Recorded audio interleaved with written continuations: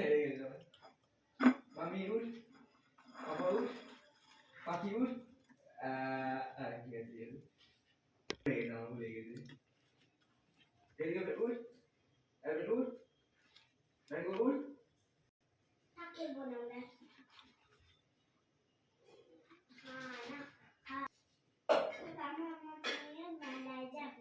কে কে বলেছে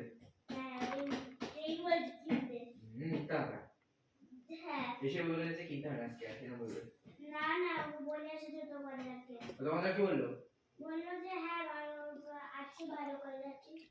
ওটা আমাকে দিতে বলেছে